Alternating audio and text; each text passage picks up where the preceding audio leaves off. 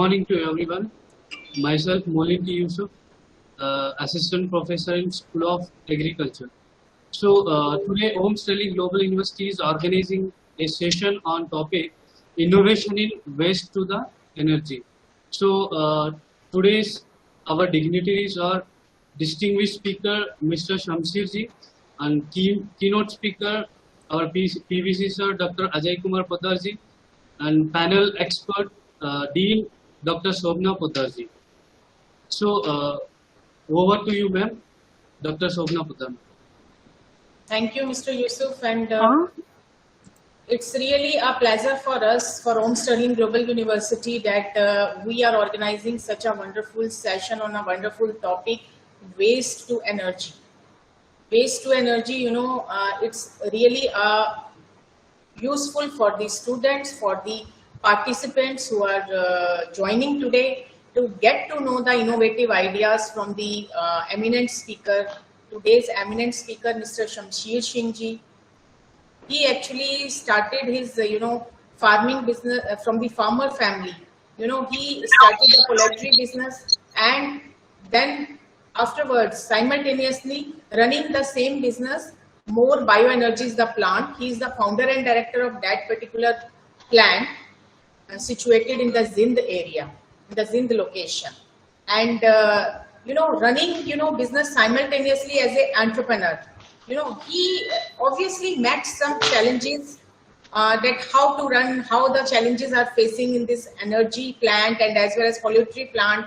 So he can share his ideas and his motivation session towards the students and faculties, get to know the ideas, how to overcome the challenges and how to face the situation when you are running a business as an entrepreneur or when you are going to be started the business as per your area of interest. So it is a very good opportunity even for School of Agriculture as well as School of Applied Sciences students.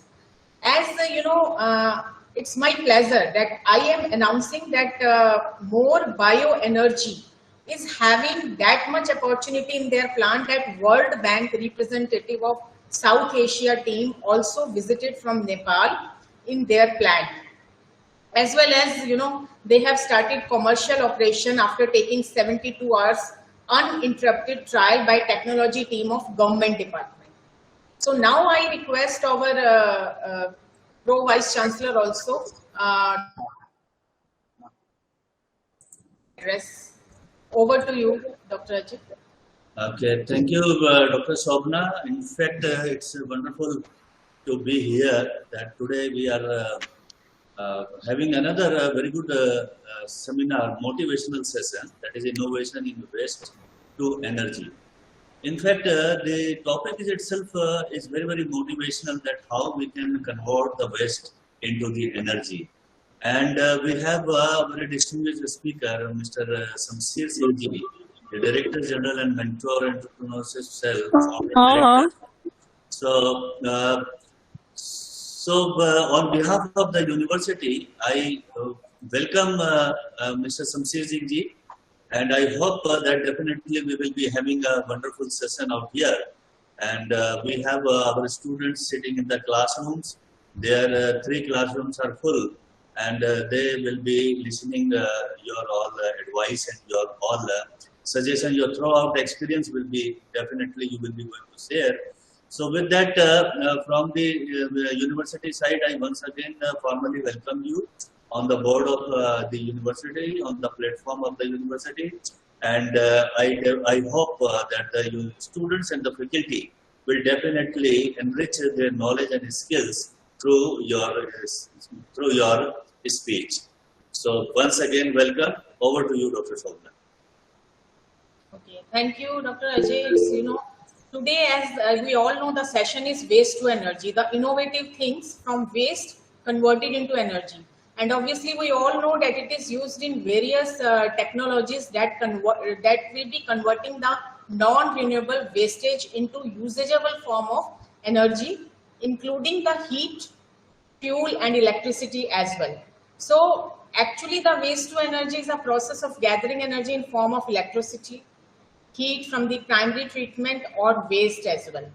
and innovation technologies used for waste management, for example, small waste bins, artificial intelligence, recycling robots, waste projects, solar power trash comparison, and e-waste coils.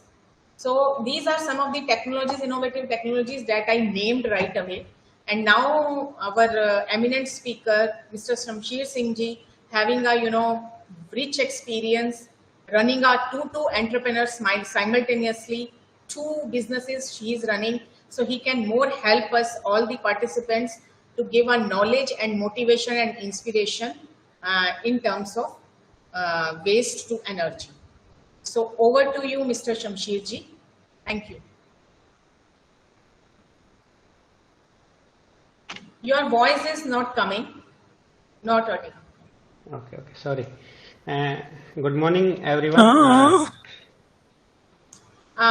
Just a second, sir. Mr. Yusuf, kindly take care that the students cannot or participants cannot interrupt. They can put their mics off. Mr. Okay. Yusuf from Agriculture. Okay. However, I will be requesting the technical team, whosoever is handling this session, he should mute each and everyone except the speaker. Mute all participants, only speaker will be able to speak. Oh, okay. Dr. Shobna, you can start. Yes, sir. Please. Good morning, everyone. Today it's a very good day for me that Dr. Shobna invited me for the session. Now we are going to start, and also Dr. Ajay, I want to thank you for inviting the whole team of the university, and also I want to share you some things which we have experienced throughout in our life as a business entrepreneur. Started as an agriculture man, and now we have started this biogas. Before we are in a poultry business mainly. So if everybody is comfortable, then I can speak in Hindi. If yes, you can do that. Because it's, I think. हाँ जी, बिल्कुल कीजिए जी, बिल्कुल कर सकते।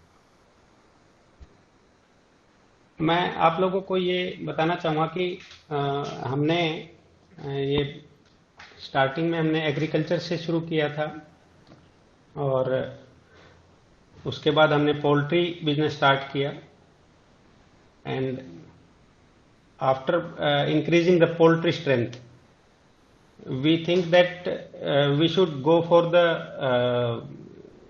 resolution for the waste material which is created by the poultry, and we around in 2006 we get an idea through a general discussion with my friend, and we got that कि भाई इसमें जो पोल्ट्री का जो waste है, जैसे कि पहले हम देखते थे कि गोबर बायोगैस प्लांट गोबर से ही चलते थे, गोबर का ही चर्चा उसमें आती थी कि गोबर से चलते हैं। तो हमने ऐसे ही चर्चा में इसको देखा, तो थोड़ा सा हमने ट्रायल किया, जो हमारा वेस्ट कहीं एकत्रित हो रखा था, तो उस पर हमने एक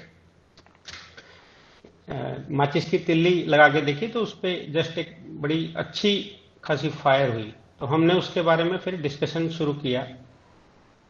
तो हमने उसमें फिर अपने आप को पाया कि भाई हम बहुत एक ऐसा रिच वेस्ट मटेरियल है हमारे पास, जिससे हम एनर्जी तो ले ही सकते हैं और एक ऐसा फील्ड भी एक्सप्लोर कर सकते हैं जो कि पुराने समय पे तो चीजें देखने को थी, लेकिन अभी कुछ लंबे समय से ऐसा महसूस हो रहा था कि भाई ये वेस्ट टू एनर्जी जो प्रोजेक्ट्स हैं, ये अपने नॉर्थ इंडिया में स्पेसिफिकली ज्यादा कारगर नहीं है। तो इसका ये विस्तार से मैं भी आपको इसका बताता हूं। मैं एक स्लाइड आपको इसमें प्रेजेंट करूंगा साथ में।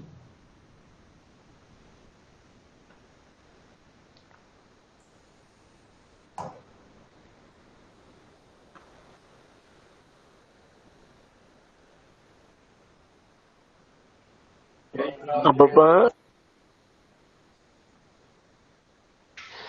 is our project overview of the waste to energy plant, which is shown on the screen, and now we are going with the next slides. This is situated in the village Morkhi, district Jeend, and our residential place is village Ludana, which is shown over the in the down of the slide. Now we are three brothers, and all of three are promoter and director of the company. I am the younger one of all three, and taking care of operations. All operations are taken care by me. Now I am showing you what is the biogas. Biogas is a combination of mainly two gases. One is methane, and second is CO2, carbon dioxide and methane. This is the main composition of the biogas. Rest some other gases also involved in this, and which will be shown in the later. This is the composition, detailed composition. Methane percentage जो होता है इसमें 55 to 75% होता है। कोई भी biogas हो उसमें अलग अलग मटेरियल के हिसाब से और उसकी जो अगर प्रोसेस अगर सही है तो इसमें एवरेज करीब 60 to 64% एक एवरेज मीथेन पाई जाती है। कोई भी कंपोजिशन हम वेस्ट मटेरियल हम जब यूज करते हैं, और उसमें कार्बन डाइऑक्साइड का जो हिस्सा होता है 25 से 45% का होता है। रेस्ट हम नीचे 4 पार्टिकल और दिए हुए हैं जो इसका हिस्सा होते हैं, जो कि कुछ हमें दिक्कत करते हैं, कुछ हमें दिक्कत नहीं करते हैं। इसमें एक पार्टिकल है H2S जो कि हमें रिमूव करना पड़ता है इस प्रोसेस के लिए। बायोगैस के लिए बायोगैस जनरेशन की जो है प्रक्रिया को के लिए जो वेस्ट जो रिक्वायर्ड होता है वो ये हमने नीचे डिटेल दिया है कि जैसे इसमें हम पत्तों से भी बना सकते हैं, कैटल वेस्ट से बना सकते हैं, पोल्ट्री वेस्ट से बना सकते हैं, प्रेस मड, मीट प्लांट्स जो होते हैं, स्लॉटरिंग जो हाउसेज होते हैं, उनका जो वेस्ट होता है उसमें भी बहुत अच्छा जो है कन्वर्जन इसका होता है। और सबसे आज के दिन में अगर पोल्यूशन के हिसाब से हम बात करें तो आज के दिन पुराली जलाने का एक बड़ा लंबा चौड़ा हो हल्ला होता है, उसका निस्तारण बायोगैस के माध्यम से ही हो सकता है। बायोगैस प्लांट अगर लगेंगे तो उसका निस्तारण 100% उसका निस्तारण उसमें हो सकता है, और उसमें सबसे ज्यादा मात्रा में जो है बायोगैस पुराली में होती है, सबसे ज्यादा मात्रा में। सीवरेज जो हमारा सीवरेज का जो सिस्टम होता है उसमें भी बहुत बायोगैस की मात्रा होती है, और उसके सीवेज सिस्टम से जो पानी वेस्टेज जो निकलती है, अगर हम सोसाइटीज में इसको अडॉप्ट करें तो उसमें बायोगैस निकालने के बाद उसको उस पानी को उस वेस्ट को पानी को हम इस तरीके का भी यूज कर सकते हैं कि भाई हम उसको प्लांट्स में, फील्ड्स में, और इवन कई जगह तो ऐसे प्लांट लगे हुए हैं देश में जो कि पीने तक के लायक भी उसको बना देते हैं। अमूमन हमारे देश में इस तरह की सोच नहीं होती कि हम उसको पिए, क्योंकि अगर हम जानकार हैं कि ये वहां का पानी तो हमें पीने में थोड़ा परहेज रहेगा, लेकिन अगर हम जानकार नहीं है तो then there is no issue.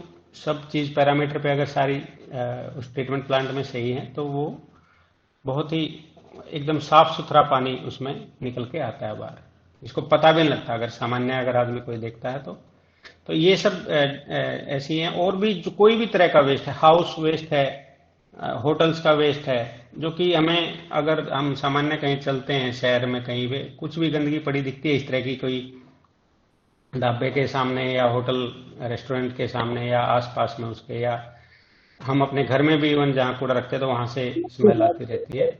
तो वो सब चीजें, उसका जो है अच्छा सोर्स है बायोगैस का, जो कि हमारा एक अच्छा रिन्यूएबल सोर्स है एनर्जी का। ये एक हमने फ्लो चार्ट आपको दिखाया है। इसमें सबसे पहले हमारा जो रॉ मटेरियल है, वो चाहे पराली है, गोबर है, पोल्ट्री वेस्ट है, कोई भी वेस्ट है, वो हमारा पहले रॉ मटेरियल की कलेक्शन होती है। रॉ मटेरियल को कलेक्ट करके हम एक उसको स्लरी फॉर्म में एक परसेंटेज ऑफ वाटर का उसके अंदर इनटेक, उसके अंदर मिक्सिंग करके, और उसको हम एक स्लरी के रूप में करके डाइजेस्टर में फीड करते हैं। और डाइजेस्टर में हमारी एनारोबिक डाइजेशन होती है। एनारोबिक डाइजेशन में डिफाइन करें तो उसको in the absence of oxygen.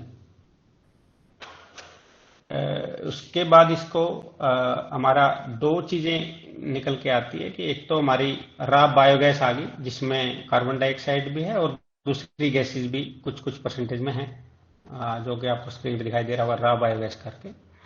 और एक उसके बाद जो स्लरी, जैसे जैसे हम फीड करेंगे तो एक डाइजेस्टर की कैपेसिटी के बाद वो फिल होके वो बाहर निकलेगा, जो स्लरी जो है, तो वो एक स्लरी के रूप में बाहर निकलेगा। उसको हम प्रोसेस करके बायो मैन्योर के रूप में, जो हमने मेंशन किया है इसमें, एक ऐसा मैन्योर खाद तैयार होता है ये, जो कि अपने आप में हर कंटेंट से रिच है, जो कि हमें एग्रीकल्चर फील्ड्स में रिक्वायर्ड होता है।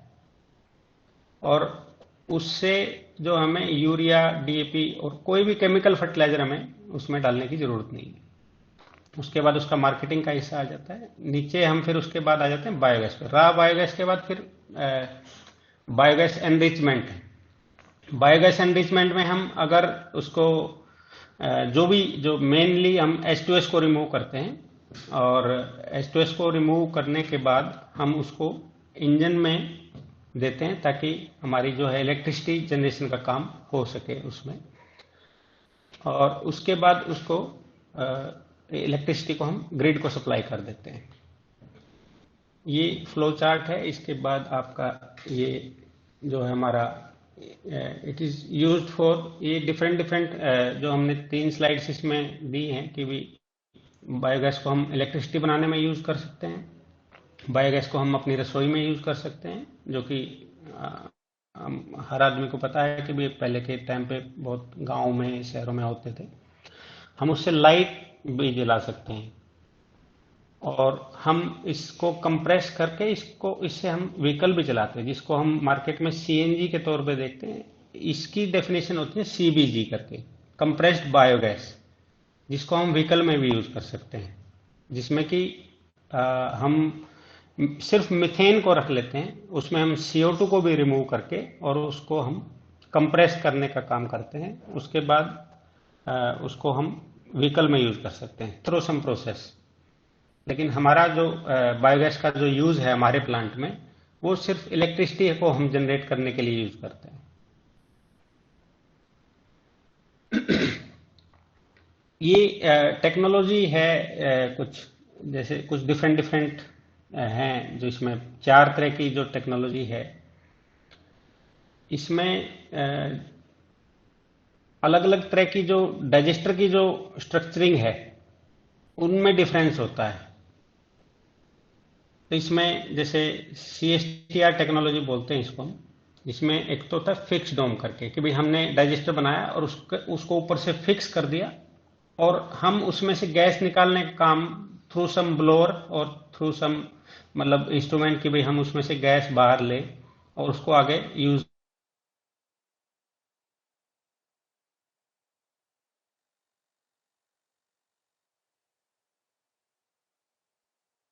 से। पुराना ट्रेडिशन होता था कि हम स्टील MS में ऐसे,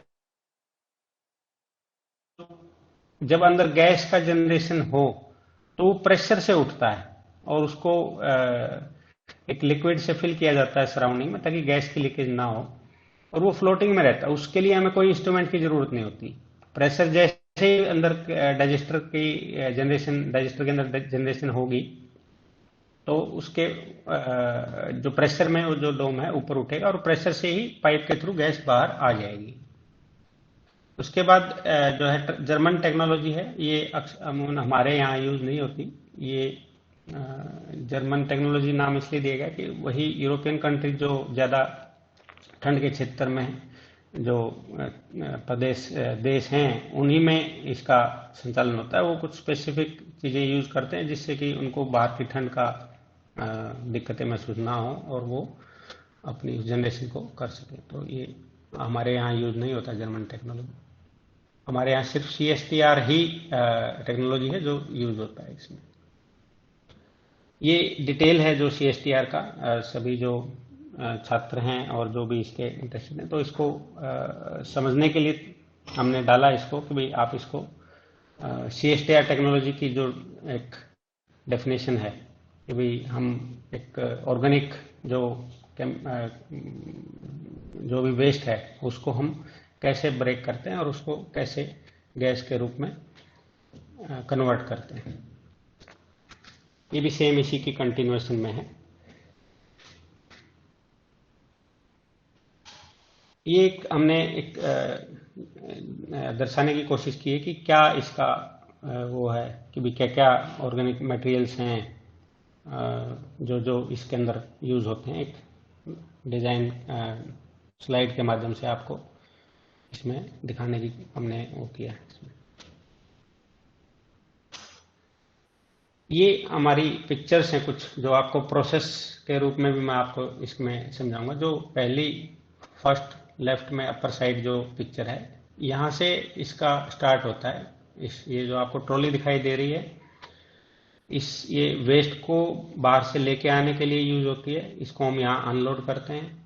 इसको एक सेट पैरामीटर में पानी की मात्रा में मिक्स करते हैं, स्लरी बनाते हैं इसकी, और इसको हम इसके राइट साइड में जो आपको ऊपर से और भी पिक्चर दिखेगी, तो ये प्री मिक्सर टैंक इसको बोलते हैं हम। प्री मिक्सर टैंक के अंदर इसको हम मिक्स करते हैं अच्छे से, और इसको हम फिर ये थर्ड जो स्लाइड है ये है डाइजेस्टर।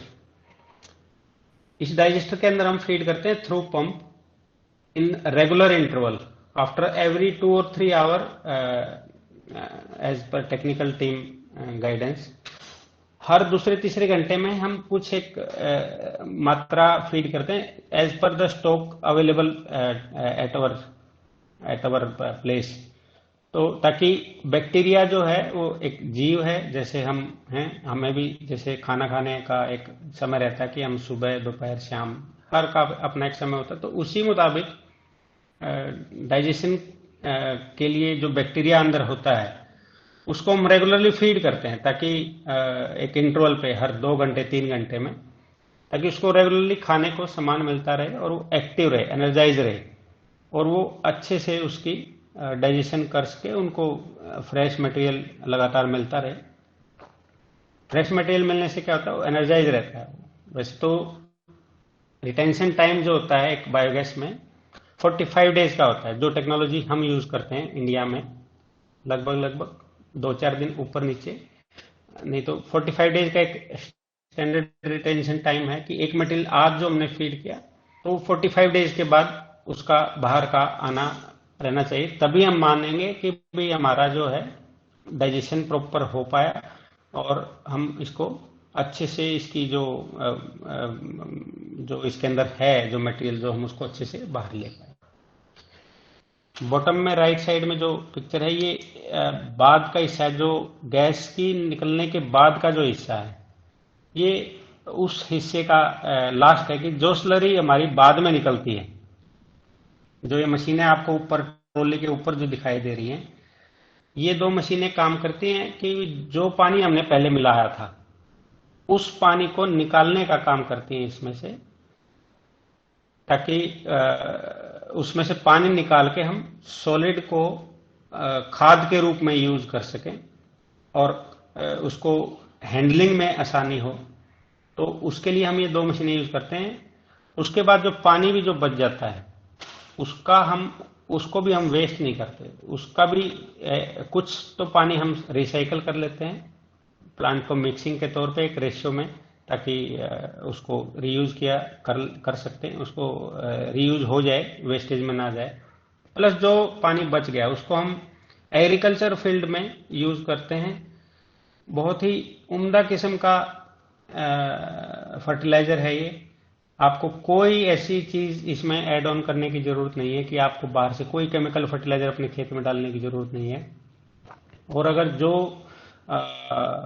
बच्चे या जो भी पार्टिसिपेंट्स हैं उन्होंने कभी खेत में पुराने समय पे, आज से 10-20-25 साल पहले जाके देखा होगा, तो जमीन में एक हल्कापन होता था कि भाई आप मतलब केचुए जैसे होते थे, तो जमीन में एक थोथापन होता था कि जिससे ऑक्सीजन की मात्रा जमीन में और हवा की मात्रा जो है जमीन में अच्छे से जाती थी और फसल में बीमारियां नहीं आती थी, जो कि आज देखने को नहीं मिलता क्योंकि हम केमिकल फर्टिलाइजर यूज करते हैं। उसकी वजह से वो जो सब जो नेचुरल जो चीजें हैं वो खत्म हो गई हैं, जिसको बेसिकली तो मेनली तो देखने के, आंखों से देखने के रूप में तो हमें केचुआ ही हमें दिखता था जमीन में, लेकिन उसके अलावा भी बहुत ऐसे ऑर्गेनिजम्स होते हैं जो जमीन में जो ऐसे काम करते हैं कि जो जमीन में जो नेचुरल जो चीजें होती हैं उनको खाने का काम करते हैं और वो जमीन को उपजाऊ बनाते रहते हैं। आज हमने बहुत ही कई ऐसे फील्ड हैं जहां पे हमने इसको डाल के देखा है। तो हमने आज से जो हम 20 साल पहले जो जमीन की स्थिति देखते थे, तो उसी तरह की जमीन की जो मिट्टी की जो पोजीशन है, ये हमने खाद जब डाला तो उसी तरह की पोजीशन, नेचुरल पोजीशन में जो पुराने समय पे होती थी, उस तरह की पोजीशन हमारी जमीन में पैदा हुई है, जिससे ना ही तो कोई असर उत्पादन पे आया है और ना ही कोई बीमारी फसल में आती है। फसल में बीमारी आने का भी खतरा इससे कम रहता है। हम इसको ऑर्गेनिक फर्टिलाइजर भी बोल सकते हैं, लिक्विड फॉर्म में और सॉलिड फॉर्म में। दोनों ही तरह का जो फर्टिलाइजर है वो बहुत ही कारगर है, उपयोगी है। और इसको आने वाले टाइम पे अभी बहुत लोग कॉन्शियस हो रहे हैं कि भाई हमें ऑर्गेनिक चाहिए, हमें ऑर्गेनिक खाना है, और आने वाले समय पे इसका विस्तारीकरण होगा। लोग अपने जीवन को अच्छे सतर पे ले जाना चाहते हैं जीने के रूप में। स्पेसिफिकली आफ्टर कोविड टाइम इसका और जो लोगों का सोचना है, जो उसमें परिवर्तन आया है कि ताकि खाने का जो हमारा सामान हो उत्तम हो। लेकिन इसमें एक और विरोधाभासी चीज है कि हम बनाने के रूप में तो हम सब चीज यूज करना चाहते हैं, लेकिन हम खाने के लिए अलग से हम 1 एकड़, आधा एकड़ जैसी जिसकी जरूरत है, या थोड़ा हिस्सा कोई भी जमीन का टुकड़ा, हम उसको यूज करना चाहते हैं कि हम अपने घर में तो अच्छा लेके आए, लेकिन बाजार के लिए हम उसको केमिकल फर्टिलाइजर से ही उसको चाहते हैं कि भाई उसका हमारा उत्पादन और बढ़ता चला जाए। जबकि ऐसा नहीं है। आप कुछ सालों बाद देखेंगे जो केमिकल फर्टिलाइजर यूज करता जाएगा वो उसकी उत्पादन जो क्षमता है वो घटती चली जाएगी। बीमारियों का प्रकोप उसके खेत में ज्यादा होगा जो केमिकल फर्टिलाइजर यूज करेगा।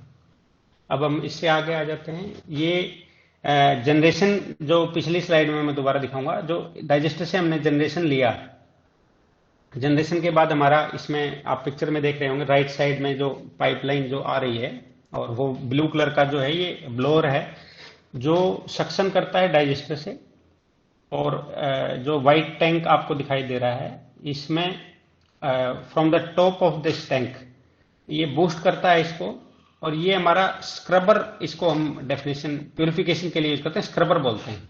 और ये जो हमारा स्क्रबर भी हमने है, ये बायोलॉजिकल स्क्रबर यूज किया है। इसमें भी हमने कोई केमिकल वाला जो स्क्रबर आते हैं, केमिकल यूज करते हैं उसमें, तो हमने उसकी एक ऐसी सोच को बनाते हुए कि तो हम वेस्ट टू एनर्जी जो एक हम प्लांट लगा रहे हैं तो उसमें कोई भी ऐसी चीज ना हो जिसमें कोई केमिकल यूज किया जाए, और वही चीज हमने इसको गैस को क्लीनिंग करने के रूप में किया है। इसमें जो है हम जो हमारी स्लरी है उसी का स्प्रे करते हैं इसके अंदर से, और वही बैक्टीरिया जो मेनली इसमें जो H2S हम रिमूव करते हैं फॉर जनरेशन ऑफ हमें इलेक्ट्रिसिटी हमें सिर्फ H2S रिमूव करने की जरूरत होती है, जिसकी रिक्वायरमेंट मैं आपको आगे दिखाता हूँ कितनी रहेगी। ये उसके बाद ये इंजन की तरफ गैस चली जाती है, इंजन में एज ए फ्यूल ये जो है यूज होता है। ये आपको राइट साइड में दिखाएगा कि ये स्पेसिफिकली बायोगैस बेस्ड इंजन है। ये हमारे देश में अभी कुछ समय से बनने शुरू हुए हैं, लेकिन अभी तक जो ये टेक्नोलॉजी है जर्मनी अमेरिका में ज़्यादातर बनती है। उसके अलावा कि हमारे देश में छोटे कुछ इंजन की जो कैपेसिटी है 100 किलोवाट 50 किलोवाट इस तरह की साइज के इंजन अभी बनने शुरू हुए हैं कुछ। तो आने वाले समय पे हमें उम्मीद है कि भाई ये और भी इसकी कैपेसिटी बढ़ा के बनना का शुरुआत होगा। इसमें जो है जो CO2 की एक्सेप्टेबिलिटी है, इसमें 30 to 35% की एक्सेप्टेबिलिटी है इस इंजन में। और PPM की जो है H2S की वो 100 बिलो 100 PPM होना चाहिए। और मॉइस्चर जो कंटेंट है वो 10 पॉइंट से बिलो हमारा इसके विद इन होना चाहिए। ये हमारा जो H2S की जो मात्रा है, जो हमारा गैस का जो एक पार्ट है, वो अगर हम इसकी बात करें कि इसमें डैमेज क्या करता है, H2S इसके अंदर जो मतलब डैमेज करता है वो इंजन की जो अंदरूनी जो लेयर्स हैं, जो एक किस्म से कह सकते हैं कि जो MS SS what ever they have used in the manufacturing, ये डैमेज करता है उसको, जिससे इंजन को चलने में दिक्कत आती है। अगर हम इसको बिलो 100 PPM नहीं देंगे तो हम इसमें इंजन की जो लाइफ है वो कम हो जाएगी।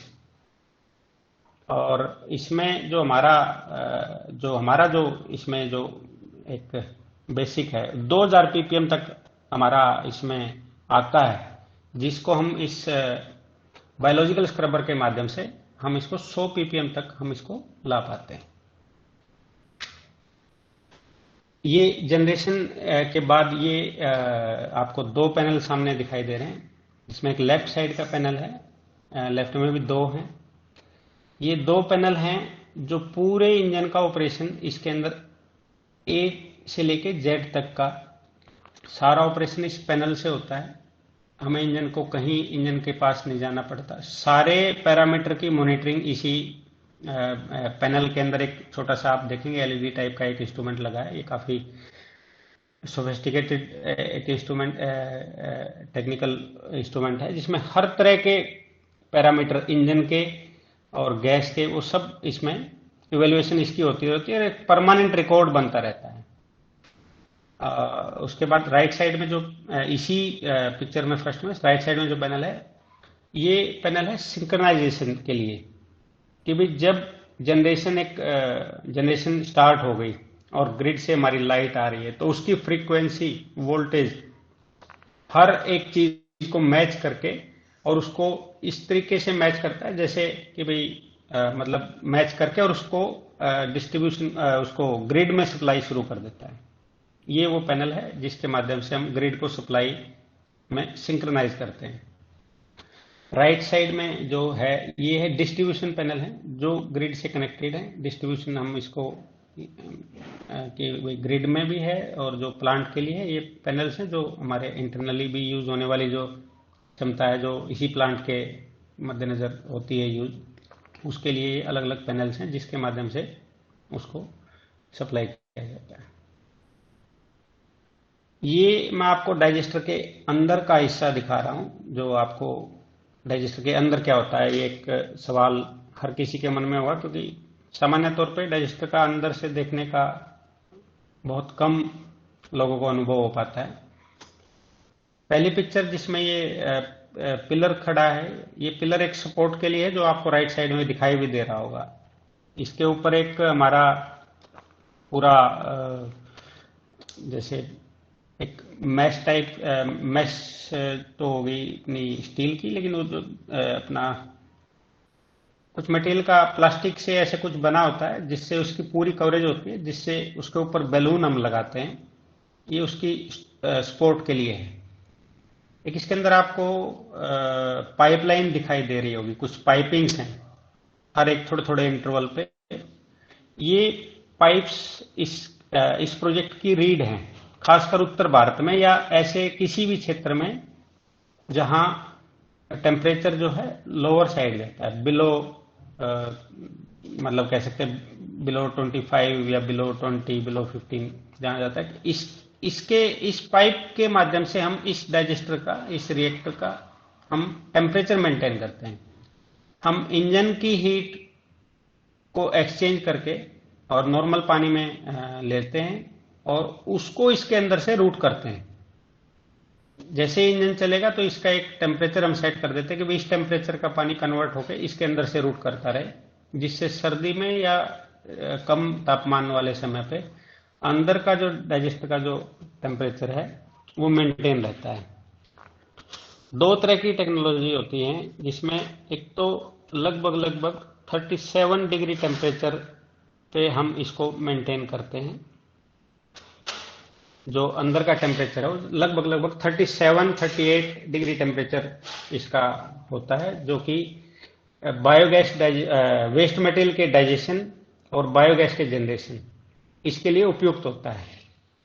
इसके लिए हमारी जो पीएच है वो हमारी लगभग 7 के आसपास पीएच होनी चाहिए, जो अंडर मटेरियल हमारा है, और इसकी 7 पीएच होगी, 7 या 7.5 के बीच में, तो हमारी जो जनरेशन है वो एकदम उपयुक्त लेवल पे हमारी होगी, जिसको हम एक अच्छा पैमाना दे सकते हैं कि भाई हमारी जो हमने वेस्ट लिया उसमें से हमने मैक्सिमम गैस निकाल ली है हमने। इसकी मेन रीड है जो टेम्परेचर मेंटेन करना है। तो गर्मी में तो हमारे बस में नहीं है, लेकिन सर्दी में जो टेम्परेचर जो भी हमारा लो होता है उसको मेंटेन रखने के लिए होता है। ये टीम आई थी जो वर्ल्ड बैंक के रिप्रेजेंटेटिव थे साउथ एशिया के, और नेपाल की टीम थी जिन्होंने प्लांट को विजिट किया था। उस समय ऑपरेशन में नहीं था, लेकिन एमएनआरई ने उस समय पे, क्योंकि कुछ गिने चुने प्लांट्स में ये आता है पूरे देश में हमारा, तो उन्होंने ऐसा देखना चाहा था कि भाई क्या चीज़ें हो रही हैं, तो उसके लिए उनका एक फील्ड का एक सर्वे के माध्यम से उनका आना हुआ था। ये वो टीम है जिस समय पे ऑपरेशन स्टार्ट होने से जस्ट पहले का जो है उनका जो एक स्टैंडर्ड जो फॉर्मेट रहता है कि कोई भी इलेक्ट्रिसिटी जनरेशन प्लांट जब भी कमर्शियल ऑपरेशन में आएगा तो एक उनकी टर्म एंड कंडीशन को हमने 15 मार्च 2020 को अचीव किया था। 72 आवर्स का हमने 80% लोड पे अनइंटरप्टेड ट्रायल दिया था, जो कि एक हर किसी भी बिजली प्लांट के लिए गवर्नमेंट के नियम कानून के तहत ऐसा होता है। तो ये वो पिक्चर है जो इसमें हरेडा के भी टीम है और एचपीपीसी की भी। ये कुछ क्लिप्स हैं जो उस समय के थे। ये हमारा जो प्लांट है ये स्टेट का पहला ऐसा ग्रिड कनेक्टेड प्रोजेक्ट है जो बायोगैस से संचालित होता है। ये भी उसी का। इसमें स्लाइड का जो है वो काम इसमें कंप्लीट होता है, लेकिन इसमें मैं कुछ और इसमें बोलना चाहूँगा कि आज के दिन हम जो है हर आदमी या हर सरकार ये चाहती है कि भाई वेस्ट को कैसे एडजस्ट किया जाए। वेस्ट को एडजस्ट करने के लिए चाहे इलेक्ट्रॉनिकल वेस्ट है या बायोलॉजिकल वेस्ट है या केमिकल वेस्ट है, हर तरह की चीज़ें उसमें है। तो मेरा इसमें ये कहना है कि भाई हमें अपने सराउंडिंग में ये ध्यान रखना चाहिए कि भाई कोई भी वेस्ट हम कम से कम होने दें, मैक्सिमम यूज़ करें चीज़ों का, वेस्टेज की तरफ ना जाएं। और इसमें जो नए जो बच्चे हैं जो एज ए एंटरप्रेन्योर आगे काम करना चाहेंगे तो उनके लिए मेरा सुझाव है, इसमें 2 तरह की चीज़ें हैं इस प्लांट को लगाने के रूप में भी, कि आप सबसे पहले इसमें ये देखिए कि आपके पास वेस्ट कितना है। ठीक ठाक क्वांटिटी में जो वेस्ट होगा उसके हिसाब से इसको आप लोग प्लानिंग कर सकते हैं, इसको लगाने के रूप में अगर आप इसको सोचेंगे तो। और इसकी जो क्रक्स जो है इसका, जो बाकी सब चीजें तो आप ऑपरेशन से गैस के माध्यम से आप इसको अर्न करेंगे, लेकिन जो आपकी इसमें शुद्ध जो मुनाफा रहेगा वो आप मान के चलिए कि जो आपका फर्टिलाइजर जो आप इसमें निकाल पाएंगे, निकालना प्लस उसको बेचना, वो बेसिक रूप से आपको आपका शुद्ध ऐसा मुनाफा रहेगा कि जिसको आप ये कह सकते हैं कि भाई आप कुछ चीज चला रहे हैं और उसमें से आप कुछ अच्छा गेन कर रहे हैं। तो ये मेरा इसमें एक एज ए एंटरप्रेन्योर किसी को वो है, तो इसमें मेरा ये आग्रह है कि अगर किसी का कोई सवाल है तो मैं उसमें आमंत्रित करूंगा कि इसमें वो मेरे से पूछ सकते हैं। और इसमें इसमें मेरा ये कंप्लीट किया। Ma'am Shobhana ma'am, Can we see some previous press clipping of this? This Previous to this, yeah.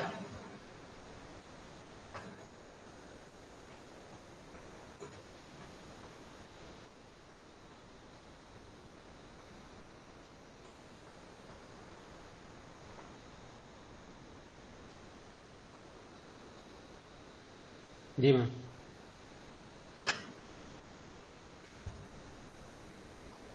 Sir, can you please elaborate more on this? थोड़ा सा इसको दोबारा बता दीजिएगा, फिर क्वेश्चन आंसर सेशन हमारे हो जाए।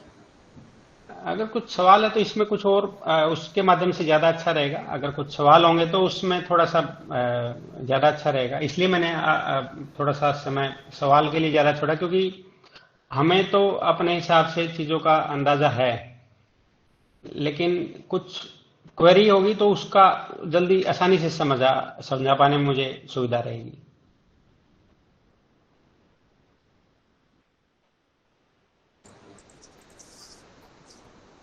Good afternoon all. Thank you, sir. It was a very informative lecture on biogas plant. All the participants, if anyone have questions regarding this session, you can put in chat box or else you can ask directly. Sir, from my side, I want to ask you one question, sir. There are a lot more techniques in organically for cultivation of crops. Still, why farmers are practicing inorganic farming, sir? Like as you said, there are a lot more techniques for crop production in organically. Still, farmers are preferring inorganically. So, what's your view on that, sir? असल इसके लिए ना मैं कुछ चीजें ऐसी हैं कि जो सतत एक सरकार का और एक समाज का जो प्रयास है उसमें वो हमारी भागीदारी जो है वो कम है। हम एक दूसरे के देखा देखी केमिकल फर्टिलाइजर को डालते जा रहे हैं। ये हमारी खुद की समझ भी नहीं है। इसको हम ये कह सकते हैं कि भाई हमारी जो शिक्षा इसमें ज्यादा रोल प्ले करेगी कि भाई ज्यादा केमिकल फर्टिलाइजर डालने से उत्पादन एक बार के लिए बढ़ेगा, वो समझने का विषय है। इसके लिए जैसे एज ए एग्रीकल्चर कोई भी प्रोफेशनल है जैसे जो इसके लिए एक समाज के अंदर हमें जागृति इसके लिए चाहिए, तो जिससे लोगों को समझ में आ सके कि भाई केमिकल फर्टिलाइजर से वंस आप इसको बढ़ा सकते हो, उसके बाद वो डिक्लाइन ही होती चली जाएगी। डिक्लाइनिंग का क्या पैमाना है? डिक्लाइनिंग का पैमाना ये है कि भाई आपने मान लीजिए 5 साल फसल ले ली अच्छी, 6वें साल में आपके आगे प्रॉब्लम, और प्रॉब्लम आके आपको उसमें कुछ नहीं मिला, तो आप अगर उसको 6 साल पे डिवाइड करेंगे तो लगभग 15-17% का आपको लॉस हो गया। तो आपको एक प्रोफेशनली जब आप इसको एनालिसिस करेंगे तो आपको क्या हुआ, फायदा हुआ कि नुकसान हुआ? लेकिन जब 6वें साल में जाके आदमी को ये नुकसान होता है तो आदमी का ध्यान ये नहीं जाता कि आपने केमिकल फर्टिलाइजर यूज किया इसलिए ये प्रॉब्लम आई, जबकि नींव उसी चीज से जुड़ी है कि आपका केमिकल फर्टिलाइजर की वजह से जो आपकी जमीन की जो ताकत थी, जो जैसे कहते हैं ना हम इम्यूनिटी जो जमीन की कह सकते हैं कि वी कैन से कि भाई अब अगर हमारी बॉडी में इम्यूनिटी कम है तो देन उसमें बीमारी आने के चांसेस ज्यादा रहते हैं। वही एक कारण इसमें है, और इसका कारण हम इसको लैक ऑफ नॉलेज भी कह सकते हैं, और एक थोड़ा सा इसमें गवर्नमेंट को भी कुछ इनिशिएटिव लेना चाहिए, और एक सामाजिक जो संस्थान है चाहे उसमें आप जैसे यूनिवर्सिटीज हैं जो एग्रीकल्चर बेस्ड हैं वो, और आप जैसे हैं जो, तो उसको थोड़ा सा रीड आउट करके हमेशा ये ध्यान रखना चाहिए कि भी हम जो खाना चाहते हैं हम पैदा भी वही करें। ये है। Okay, thank you one and all. I thank you all the dignitaries to participated in session. Distinguished speaker Mr. Shamsher Singh ji and our keynote speaker PVC sir Dr. इसमें कोई किसी का अगर और सवाल नहीं है तो मैं एक चीज थोड़ा सा और एक नेक्स्ट किसी प्रोग्राम के लिए एक थोड़ा सा ऐड ऑन करना चाहूंगा, अगर आप इजाजत दें तो। Please sir continue.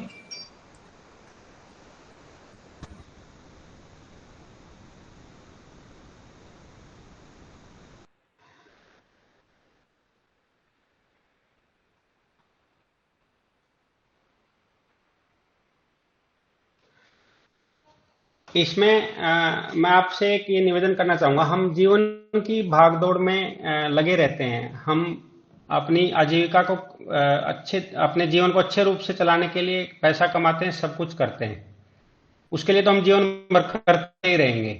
लेकिन मैं एक संस्था से जुड़ा हूं, युवा एंड सेवा,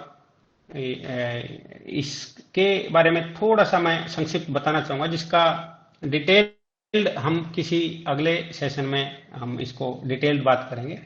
लेकिन इसका मूल भाव मैं आपको आज बताना चाहूंगा कि जो युवा है उसको सेवा से कनेक्ट करने का इसमें जो हमारा मकसद है वो है। और उसमें सेवा का मतलब ये नहीं कि भी हमें कुछ पोस्टर बैनर लगाने हैं। हम जहां भी रहते हैं अपने इर्द गिर्द किसी गरीब की मदद करें, गरीब के बच्चे को पढ़ा दें, किसी की समस्या है तो उसका निदान कर दें, और इसको हम अपने जीवन का हिस्सा बना के रखें कि भाई हमने जैसे हम एक जीवन अपना यापन करते हैं एक अच्छे तरीके से, हम अपना रोजमर्रा के काम करते हैं, उसी में हम एक सेवा का कार्य भी हम अपने जीवन में ऐड ऑन करें और उसको हर एक रेगुलर इंटरवल में हफ्ते का, 10 दिन का, 20 दिन का, 15 दिन का, 1 महीने का एक अपना रूटीन बनाएं कि अपने समाज में हम कुछ अच्छा कर सकें, समाज में कुछ हम कंट्रीब्यूट कर सकें। वो मेरा एक आग्रह है। इसके बारे में हम विस्तार से हम कभी आगे दोबारा किसी दिन मौका लगेगा उस दिन हम इसके लिए आगे जाएंगे। धन्यवाद।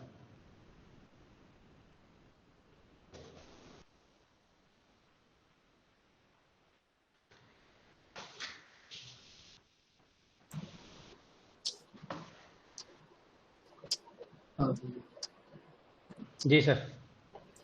Thank you, sir. It was really informative. So I am conveying thanks to all the dignitaries who are participated in this session. Our distinguished speaker Shamsher Singh ji, keynote speaker PVC sir Dr. Ajay Kumar Poddar ji, and our panel expert Dean Dr. Shobna Poddar madam. So I request all of you to rise from your seat for national anthem.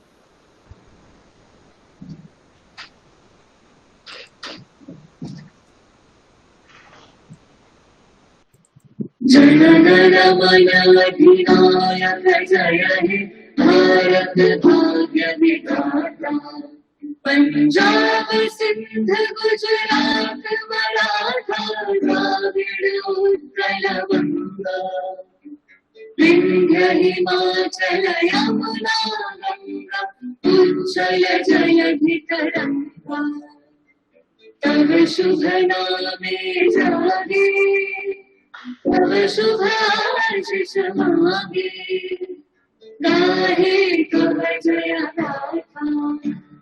Jana Gana मंगल दायक जय हे भारत भाग्य विधाता। जय हे जय हे जय हे जय जय जय जय हे।